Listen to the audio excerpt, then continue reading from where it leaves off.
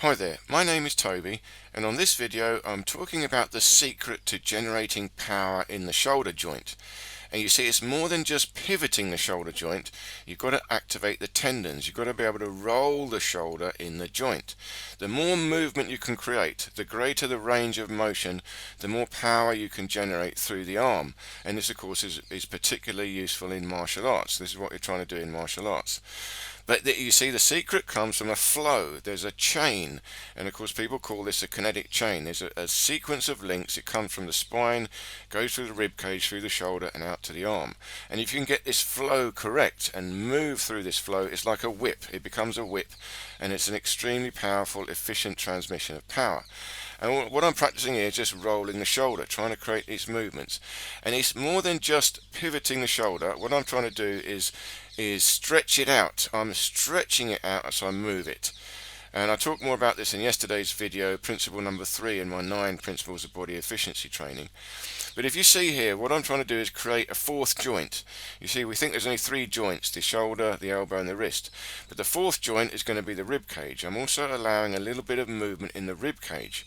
You see, and if I also allow the shoulder to roll and the scapula to activate, I'm also creating another range of motion. I mean, still further increasing the range of motion.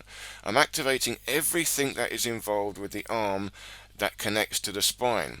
So you think of the arm as extending out from the middle of the back, the mid-back, the spine itself. It comes through the rib cage, through the scapula, in the roll in the shoulder, and then out through the arm. And this is the way you can create all different whips, all different angles, all different types of movement. And it's also the way to create strength in the body. And even if you're not interested in martial arts, just playing around like this, dancing, you can think of this as dancing, wave dancing. But what you're doing is dramatically increasing the flow in your lymphatic system, and you're squeezing the blood vessels. You're also dramatically increasing the blood flow through your body.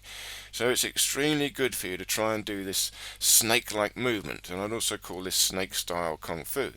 But here again, you can see the secret. The secret is to roll the shoulder, and it works with all the joints. It's not just pivoting the joints. You are trying to move the joint in the socket, stretch the joint out, and experiment with this. Gain control of the tendons and the ligaments. And this is the secret to internal kung fu. This is what they're trying to do. Activate the tendons more than the muscles.